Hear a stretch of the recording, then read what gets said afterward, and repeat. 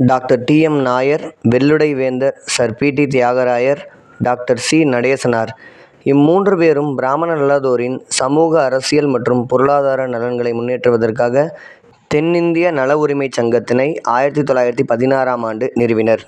தென்னிந்திய நல உரிமைச் சங்கமே பின்னாளில் நீதிக் கட்சியானது.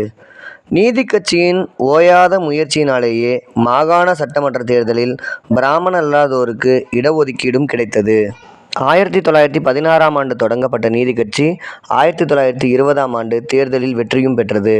சென்னை மாகாணத்தில் இந்திய தேசிய காங்கிரசுக்கு அரசியல் மாற்றாக விளங்கியதே நீதிக் கட்சிதான். 13 ஆண்டுகள் பதவியில் இருந்த நீதிக் கட்சி 1937இல் காங்கிரசிடமே தோற்றது. 1938இல் பெரியார் நீதிக் கட்சியின் தலைவராகிறார். 1944ஆம் ஆண்டு நீதிக் கட்சியை திராவிடக் கழகமாக மாற்றிய பெரியார், இனி தேர்தல் அரசியலை கைவிடுவதென முடிவெடுத்தார். இதில் பலருக்கு உடன்பாடு இல்லை. பெரியாரின் முடிவை ஏற்காத ஒரு குழுவினர் நீதிக் கட்சி என்ற பெயரில் கட்சி ஒன்றை ஆரம்பித்து 1952 தேர்தலிலும் போட்டியினர். தேர்தலுக்கு பின் அரசியல் களத்தில் தொடர்ந்து செயல்பட முடியாமல் மெல்ல செயலிழந்தும் போனது நீதிக் கட்சி.